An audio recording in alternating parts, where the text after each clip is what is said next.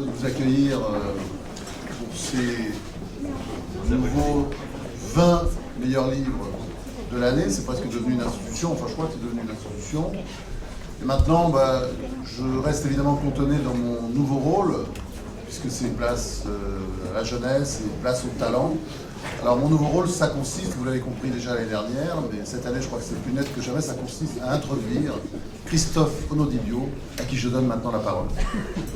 Franz a parlé de presque une institution, on espère que ça devient une institution. Des 20 meilleurs livres de l'année du Point. Alors j'en profite pour saluer messieurs et mesdames les jurés, ici présents, Claude Arnaud, Jean-Paul Enthoven, Marc Lambron, Marie-Françoise Leclerc, Elisabeth Lévy, François-Guillaume Laurin, Gilles Pudlowski, Michel Schneider, Albert Sebag, votre serviteur et les services du Point. Alors le livre qui ouvre notre palmarès est celui d'une femme.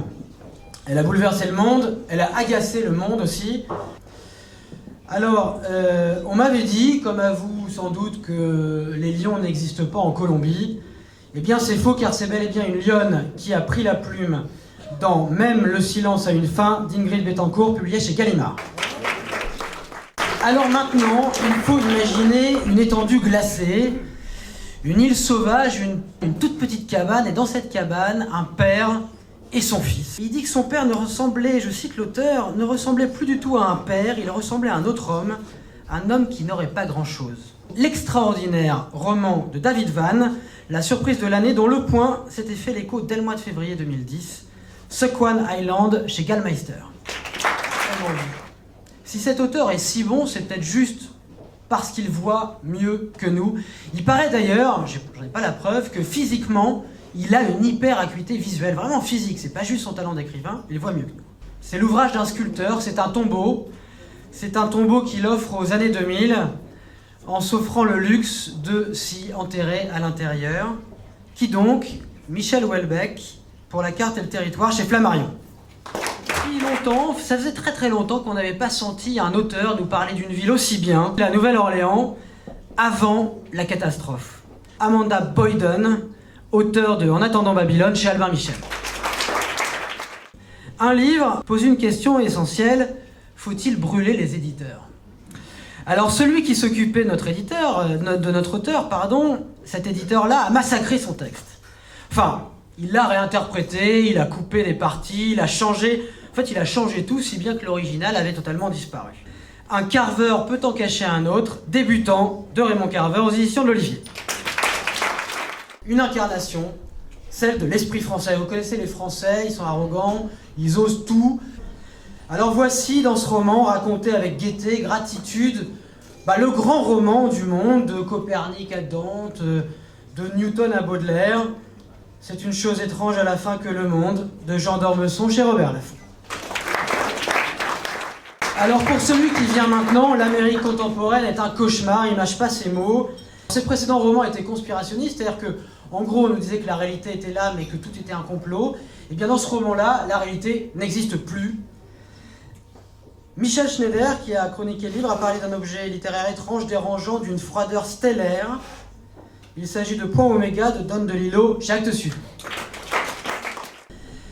Il est misanthrope parce qu'il connaît trop les hommes, même si ça le fascine, il connaît trop les hommes et notamment leur aptitude au mal.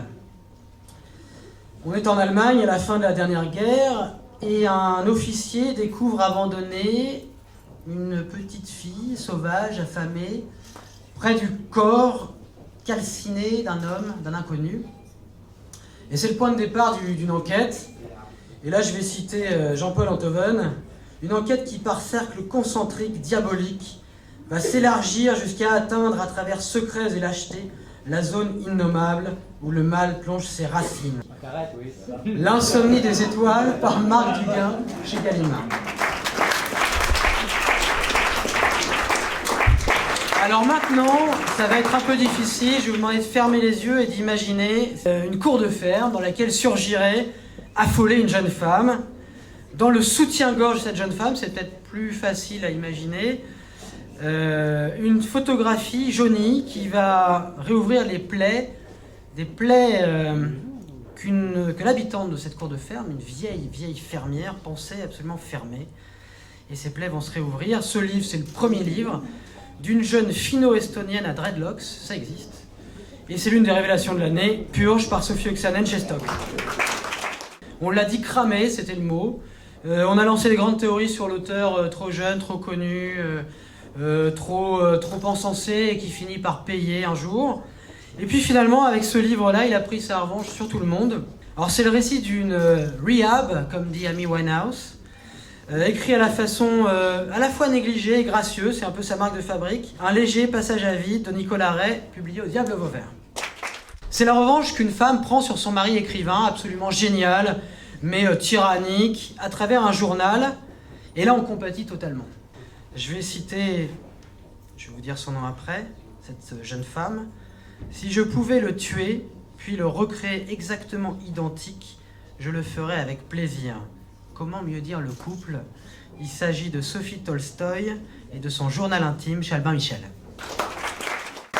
Alors maintenant, un monstre qui en plus aimait les produits bio, dont il fut un précurseur. Il servait à ses troupes des jus de fruits multivitaminés, tout en leur disant, l'expression est quand même assez hallucinante, parce qu'à ce stade-là, il faut parler d'hallucination, restez digne dans le massacre. Himmler, le puissant chef de la SS, est un homme qui incarne de façon radicale en fait l'ère moderne, dans sa soif d'efficacité technique absolument diabolique, monstrueuse. Cet homme et ce livre, Himmler, de Peter Langerich aux éditions Héloïse d'Ormesson. Cette belle anglaise, c'est la championne de l'horreur, découpée au millimètre. Et face à cette horreur, elle a inventé un duo d'enquêteurs, leur adversaire, un Père Noël, qui adore les petites filles, mais pas vraiment pour leur offrir des cadeaux. Ce livre, c'est Proie, de Mo Hayder, aux presses de la Cité. Il s'agit de 75 micro-chapitres qui sont ciselés comme des camées, c'est sautillant, c'est brillant, c'est intense, c'est très très beau, et ça dresse le portrait d'un vice qui reste à jamais impuni et qui, j'espère, nous réunit tous ici, la lecture. Lire à la plage, lire pour avoir lu, lire pour se masturber, c'est un livre et c'est un peu plus qu'un livre, c'est une fourrure spirituelle qui va nous tenir chaud à l'âme cet hiver. Car oui, cet hiver, nous porterons du Danzig. Pourquoi lire de Charles Danzig chez Grasset. L'histoire d'une grand-mère qui meurt, d'une maison dont on hérite, et d'un mot écrit en rouge qui n'arrive pas à disparaître sous la nouvelle peinture blanche du poulailler au fond du jardin. Ce mot, c'est nazi. Si ce roman-là a fonctionné, c'est peut-être parce que ça nous dit une chose terrible, mais assez vraie sur la famille. Au fond, qu'est-ce qui tient les familles? C'est pas l'amour, c'est l'oubli. Ce livre, c'est Le goût des pépins de pommes de Katharina Agena aux éditions Anne Carrière. Alors maintenant, place à une légende, une femme, une voix, une poétesse, une dégaine incomparable. Salvador Dali la surnommait le corbeau gothique, mais c'était affectueux. Son chevalier s'appelait Robert Mapplethorpe. Je dormais quand il est mort, dit-elle.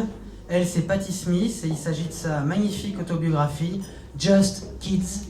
Toujours des enfants ou seulement des enfants chez De Noël.